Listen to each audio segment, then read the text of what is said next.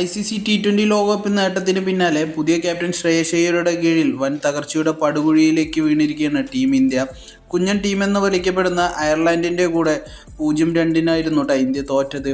അതോടുകൂടിയിട്ട് പരമ്പരയും നഷ്ടപ്പെട്ടിട്ടുണ്ടായിരുന്നു. എന്നാൽ ഇപ്പോഴും ടീമിന് ആ ഒരു തോൽവി ഉൾക്കൊള്ളാനായിട്ടില്ല കേട്ടോ. അവർ ഒരു സ്കൂൾ ടീമിൻ്റെ ലാഘവത്തിലായിരുന്നു കേട്ടോ ഇന്ത്യൻ ടീം നേരിടാനായിട്ട് പോയത്. എന്നാൽ അവർ തിരിച്ച് നാണം കെടുത്തി വിടുന്ന ഒരു അവസ്ഥയായിരുന്നു ഉണ്ടായിരുന്നത്. ഇനിയിപ്പോൾ കൂടുതൽ കടുപ്പമേറിയ ഇംഗ്ലണ്ടുമായിട്ടുള്ള 5 T20 പരമ്പരകളാണ് കേട്ടോ ഇന്ത്യക്ക് നടക്കാനായിട്ട് പോകുന്നത്. ഐറിഷ് ദുരന്തം മറന്ന് മികച്ചൊരു തിരിച്ചുവരവിന് തന്നെയായിരിക്കും ശ്രേയസും സംഘവും നടത്തുമെന്നാണ് കേട്ടോ ആരാധകരുടെ ഉറച്ച വിശ്വാസം. എന്നാൽ ഈ പരമ്പരയ്ക്കുള്ള ഇന്ത്യൻ സ്ക്വാഡിനെ എടുത്താൽ ചില താരങ്ങൾ ടീമിൽ സ്ഥാനം അർഹിക്കുന്നുണ്ടോ എന്നുള്ളത് എല്ലാവർക്കും സംശയമാണ് കേട്ടോ. കാരണം അത്ര മോശം പ്രകടനം നടത്തിയിട്ടും വീണ്ടും അവർക്ക് അവസരം ലഭിച്ചുകൊണ്ടേയിരിക്കുന്നത് സംശയത്തിൻ്റെ നിഴലിലാണ് കേട്ടോ പോയിക്കൊണ്ടിരിക്കുന്നത്.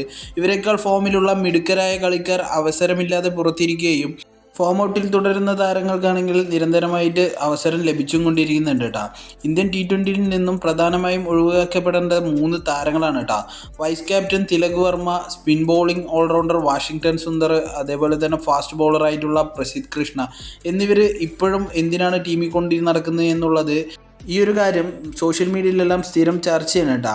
ഈ 3 പേരും അടുത്ത കാലത്തൊന്നും T20യിൽ ഇന്ത്യക്കായിട്ട് ഒരു മാച്ച് വിന്നിങ്സ് പ്രകടനം പോലും നടത്തിയിട്ടില്ല എന്ന് തന്നെ പറയാം. പക്ഷേ ഇവർക്ക് പിന്നെയും അവസരങ്ങൾ വന്നുകൊണ്ടേയിരിക്കുന്നുമുണ്ട്. T20യിൽ തിലകിൻ്റെ ഓർമ്മയിൽ നിൽക്കുന്ന ഒരു നല്ലൊരു പ്രകടനം ഏതാണെന്ന് പറഞ്ഞു പറഞ്ഞാൽ കഴിഞ്ഞ ഓഗസ്റ്റിൽ UAEക്കായിട്ട് ഏഷ്യ കപ്പിൽ കളിച്ചതാണ് കേട്ടോ. അതുകൂടാതെ പാകിസ്ഥാനുമായിട്ടുള്ള ഏഷ്യ കപ്പ് ഫൈനലിൽ തിലക് വർമ്മ ഹാഫ് സെഞ്ചുറി അടിച്ചിട്ട് ഹീറോയായി മാറുകയും ചെയ്തിട്ടുണ്ടായിരുന്നു.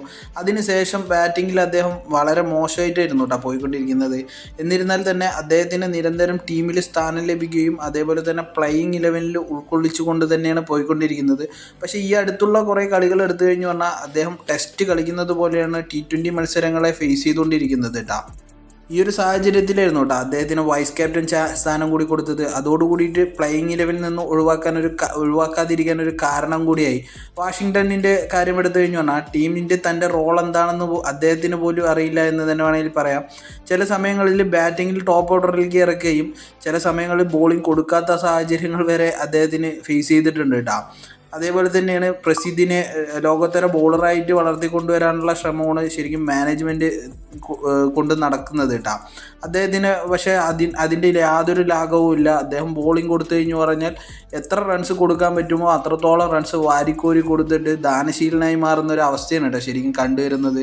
ഇതോടുകൂടിയിട്ട് ഇവരെ 3 പേരെയും എന്തിനാണ് ഇന്ത്യൻ ടീമിൽ കൊണ്ട് നടക്കുന്നത് എന്നുള്ളത് സോഷ്യൽ മീഡിയയിലൊക്കെ വലിയ ചർച്ചയ്ക്കിടെ വരുത്തിയിരിക്കുന്നു കേട്ടോ.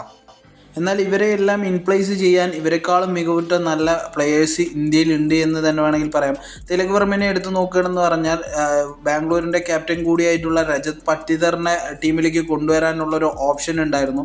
അതേപോലെ തന്നെ വാഷിംഗ്ടൺ സുന്ദറിൻ്റെ കാര്യം എടുത്ത് നോക്കുന്ന സമയത്ത് കൃണാൽ പാണ്ഡ്യനെ ടീമിലേക്ക് കൊണ്ടുവരാനുള്ളൊരു ഓപ്ഷൻ ഉണ്ടായിരുന്നു. പക്ഷെ അതും ചെയ്തില്ല.